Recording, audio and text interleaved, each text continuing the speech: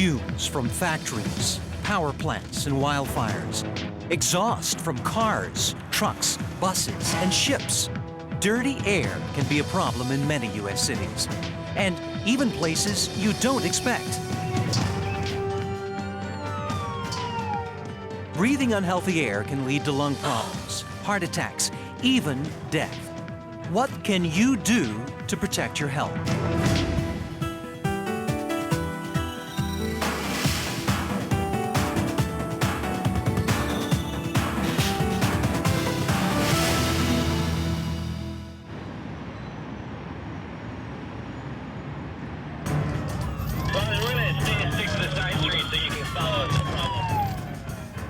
How you feeling? Nice and slow, okay? 5-year-old Devin knows what it's like to suffer from asthma aggravated by air pollution. Your head keeps on getting tighter and tighter and tighter. When a severe attack strikes, Devin's mom races him to the hospital. He had the second nebulizer treatment. Nothing was helping, so I decided that I had to bring him to the ER. Asthma wears on children and takes a toll on parents, too. Very scary. It takes a lot out of you. It makes me angry because he can't do the things that other children do. Fortunately, Devin is treated at the emergency room and sent home. Take it, go. Okay, thank you. Other kids aren't as lucky. Tanaya, just 3 years old, has been in the hospital for several days. Hi, Tanaya. How you doing today? Tanaya lives in Baltimore, where the cases of asthma have skyrocketed. My chest was hurting. What else was hurting? In my stomach. It was scary, just seeing all the tubes and everything in her arms and seeing her in pain. In the United States, more than 20 million people suffer from asthma, and almost half of them are children. Scientists have long known that polluted air can trigger asthma attacks. But a recent study reveals a new possibility. We've recently published a paper that is one of the first that shows a potential causative link between air pollution and new asthma. We're talking about air pollution actually bringing on the definition of asthma in a child. Known as the Children's Health Study, there were approximately 6,000 participants from 12 different communities scattered throughout Southern California. Over a period of 10 years, beginning in 1993, a team of researchers tested the children's lungs to determine how fast they were growing and how well they were functioning. We're picking an age range where the children are developing very rapidly. They're going through puberty, and so they're experiencing a growth spurt. So the idea is that if air pollution is having an effect on growing tissue, that might be a particularly good time to see its effects. And the results were sobering, including development of asthma, more frequent respiratory illness, and a decrease in lung function, even among children that did not have asthma. If you follow the pollution patterns, they typically peak in the hours from, say, 3 to 6 in the afternoon. And that correlates very well with when we see kids outside and being active. And anyone who is active outdoors is at greater risk when ozone is at its worst. There's good ozone and bad ozone, and it's important to know the difference. That the ozone way up high in the stratosphere is good ozone. It protects us from UV, ultraviolet rays, and helps to reduce the incidence of skin cancer. But here on the Earth's surface, ground-level ozone in the air we breathe can be harmful to all of us. The ozone in the surface is created by emissions from automobiles, from power plants, from industrial sources, in conjunction with sunlight. That's what forms ozone at the surface. We've always called it smog because you could see it, but in reality, you really can't see ozone. What you're seeing is ozone mixed with particles that create that summertime brown haze. Cities in the summertime are ripe for unhealthy conditions. Baltimore in particular is affected by asthma above what you would see in other communities. Dr. Bollinger observes that asthma rates among children here are 3 times the national average. We have some levels as high as 20% in some schools. Among chronic childhood diseases, asthma is the #1 cause of school absences nationwide. Health officials in Baltimore are combating this crisis with the Breathmobile. Doctors travel to schools treating kids with asthma. And we're only touching 23 out of 180 schools in Baltimore. And so we're only seeing a small tip of the iceberg. job. Look, Good, all the way out. like you're sucking a straw. Suck it all the way back in. Good. What asthma patients need, what we all need, is to know when the air's dangerous to breathe. And now we can, through a program called Air Now, made available from EPA, state and local air agencies. We have over 300 cities issuing air quality forecasts every day. We provide real-time air quality coverage 24 hours a day, 7 days a week, 365 days of the year for ozone and for particulate matter. Air quality data is translated into a color-coded guide that is easy to read. Called the Air Quality Index, or AQI, it shows you how clean or dirty the air is and how to plan activities to protect yourself. It boils a lot of this science down to a product that's easy to communicate and easy to understand. The AQI is easily accessible on the internet, newspapers, even television. Toward Atlanta, and of course, primarily the ozone levels will be high in the afternoon. You use a weather forecast every day to find out whether you need a coat, whether you need to take an umbrella. An air quality forecast is something that you can use to breathe. People respond differently to levels of ozone in the air. If you have asthma or other respiratory problems, you ought to pay attention on a code orange day. And on high-risk days, when the AQI reaches code red, all of us should take precaution and cut back on strenuous activities. We have got bad air quality. Code red in effect for the next probably 24 to 36 hours, so kind of relax, take it easy, because the air is not going to be that good. Coming up, another brand of bad air attacks our health, and it's even more harmful than ozone. What is it? Stay tuned.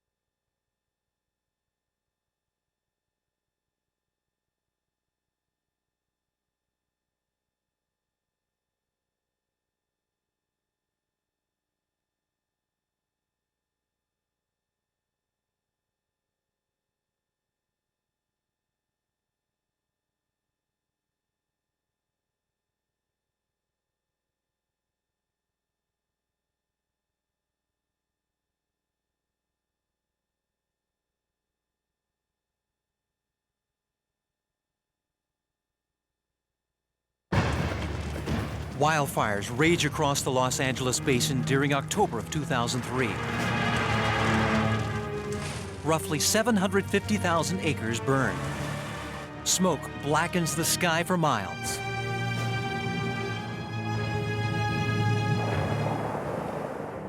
And literally, this was a plume that enveloped over all of Southern California. It was essentially a catastrophe that no one really expected to occur, and we hadn't seen the likes of it in decades. More than 15 million people are in the path of the smoke. Levels of particle pollution are 20 times higher than normal. During the fire, if you were standing at this monitoring station, particles of ash were actually falling down on our head. As smoke blankets the city, residents use air quality information to keep safe.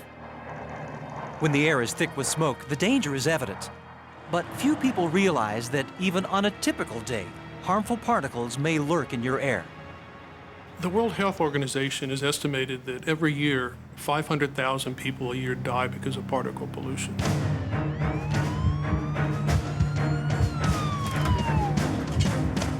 Worse than ozone, particle pollution is our deadliest air quality problem. Scientists are learning that breathing these tiny bits of dust, dirt, and soot can cause severe health problems and even shorten life. There are studies that show that people who live in cities that are highly polluted live on average 2 years less than people who live in cities that are not heavily polluted. Since many particles are invisible to the naked eye, you don't always see how dirty the air can be. Now, this filter here actually starts out like this, and it's put into an analyzer which pulls air through the filter at a known rate, and we're able to calculate by weighing these filters how many particles are in the air. After a while, as you can clearly see, these filters start to look a little bit like your lungs. Epidemiologists like Arden Pope conduct studies that trace the link between air pollution and health risks. So, for example, we'll monitor air pollution in a community and look at the day-to-day changes in these levels of exposure, and then see if there are changes in various health outcomes, such as day-to-day changes in mortality, day-to-day changes in hospitalizations. And we know from such epidemiologic studies that particles are related with worsening of asthma, worsening of chronic obstructive pulmonary disease, and even death.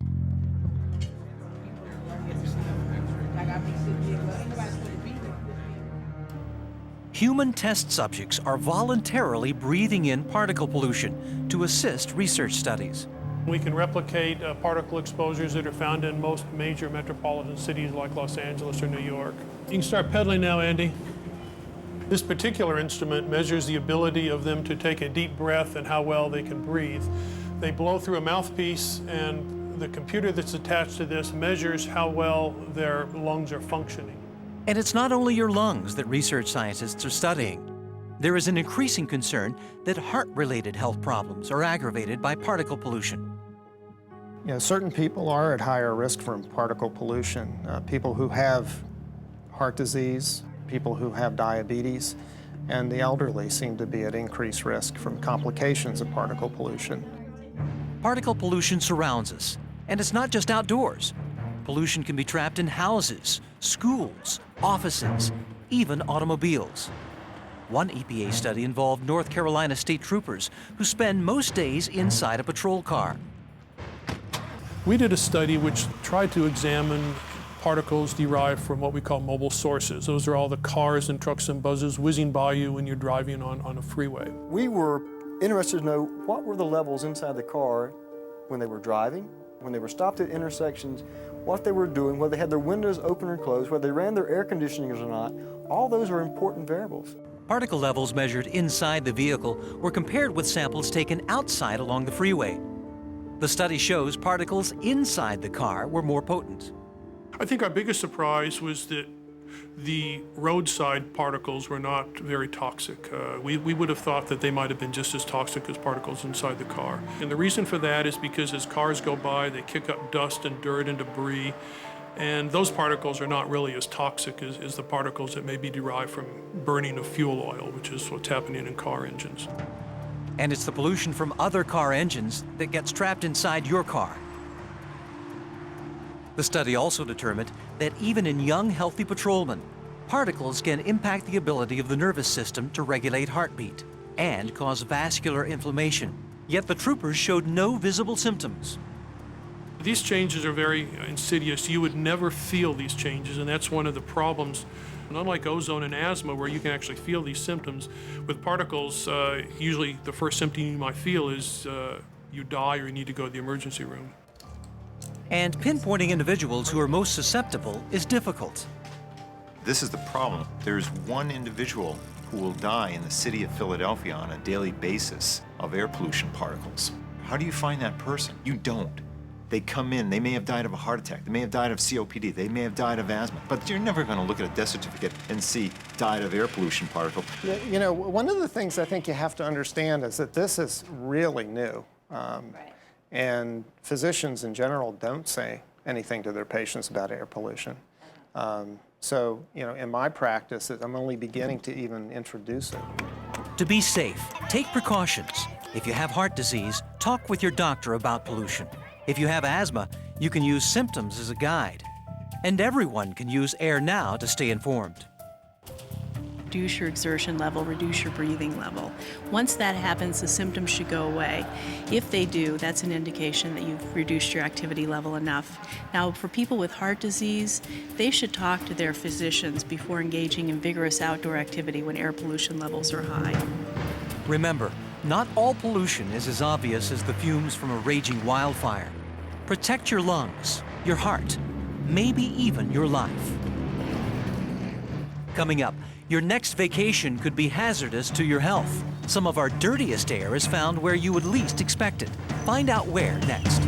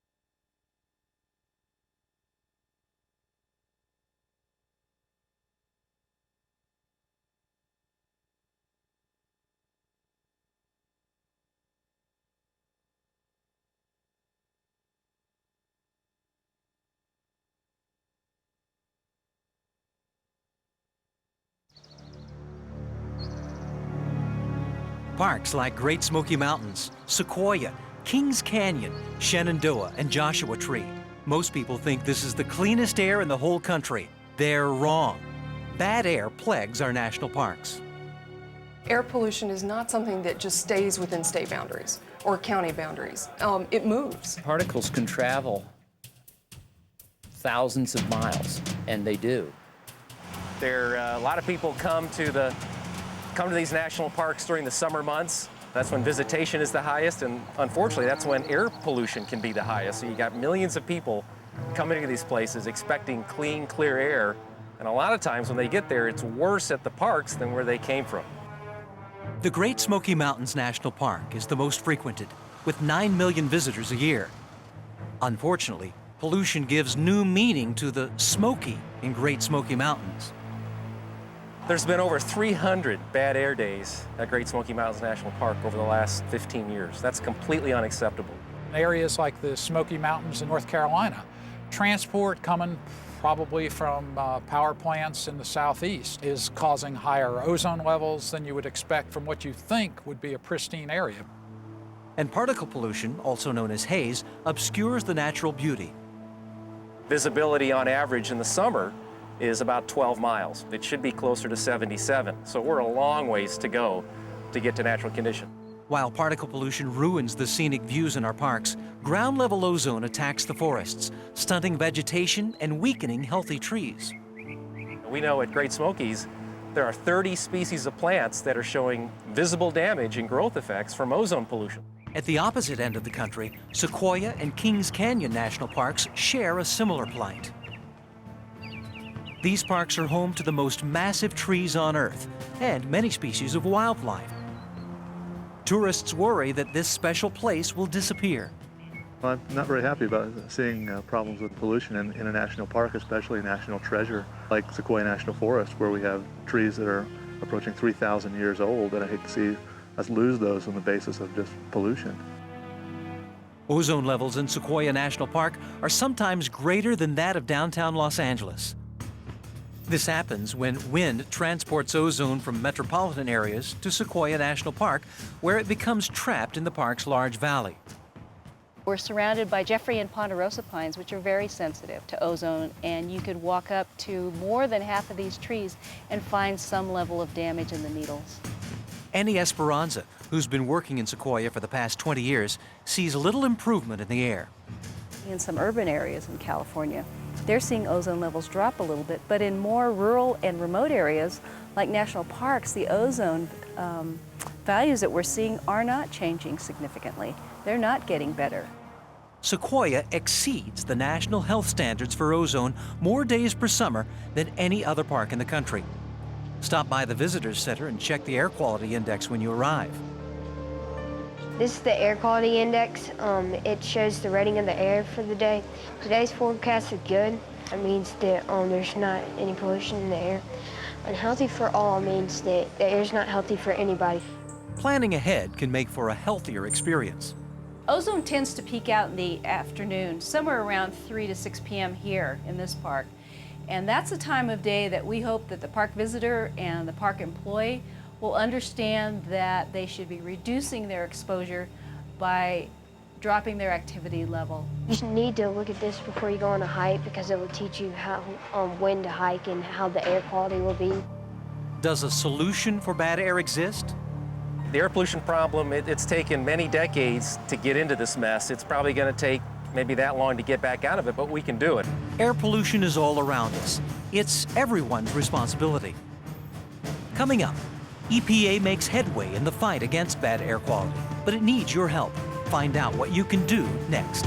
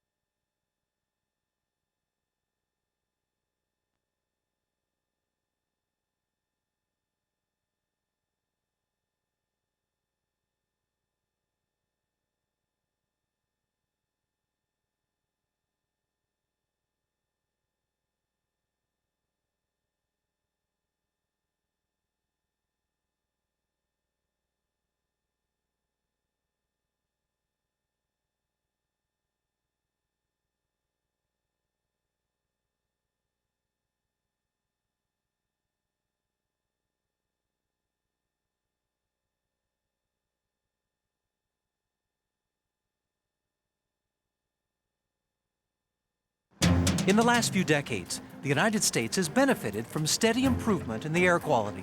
It's improved significantly since 1970 when the Clean Air Act was started. We had terrible air pollution in this country, and we've improved enormously. But challenges still lie ahead.